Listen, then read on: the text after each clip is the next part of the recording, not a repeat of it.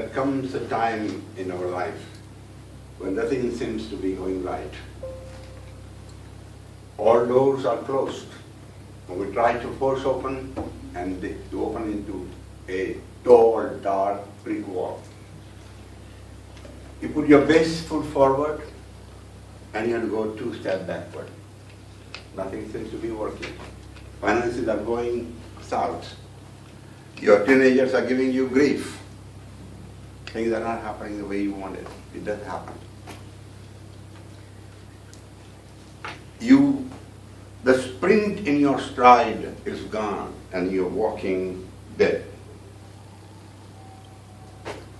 Ladies and gentlemen, Toastmaster of the day, despair comes in our way.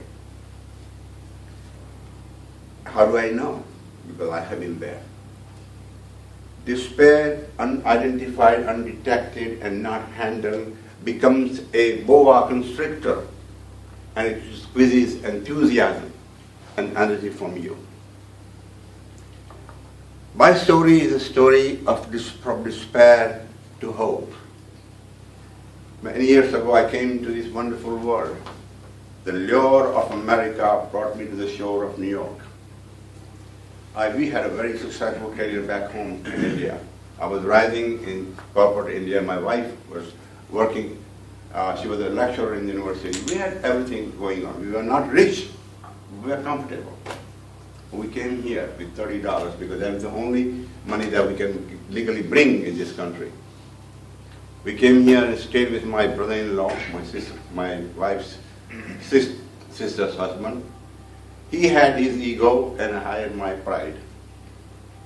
And they collided.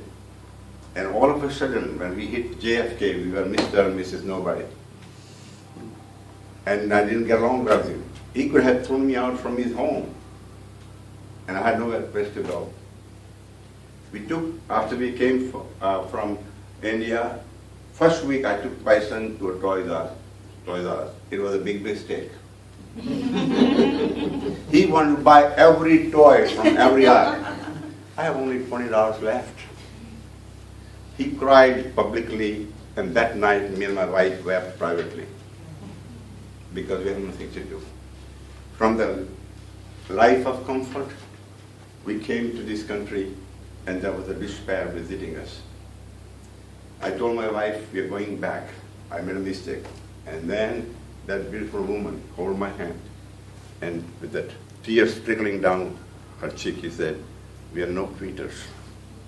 We are going to bloom where we are planted, and we are not going back because we have just burned our bridges.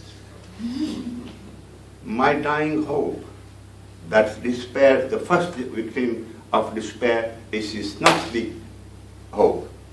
That little word, he said, no, we are not going back. We are not quitters and we will survive. That word, that comfort, that gentle holding hand, give a little oxygen to my dying hope. And I said, that is the person who believes in me. So I said, okay. He said, why don't you then go and talk to your friend Jay, who is in Detroit, and you studied with him. And he has been in this country for many years. Maybe he'll give you some guidance. So I called Jay in Detroit. And he said, I want to go back. He said, you're stupid. Everybody goes through this whole thing. We will survive. So he said, come on.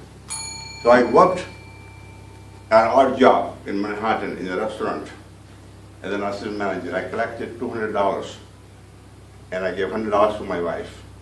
And I took a Greyhound bus and I went to Detroit. And I got a professional jobs. And then my friend Jay took me to an evangelical seminar, and the title of the seminar was Audacity of Hope. Now, all my life I studied in clinical studies, but I have never heard. And this is what I want to share with you. What the speakers say. There are 3 fundamental things that you have to do.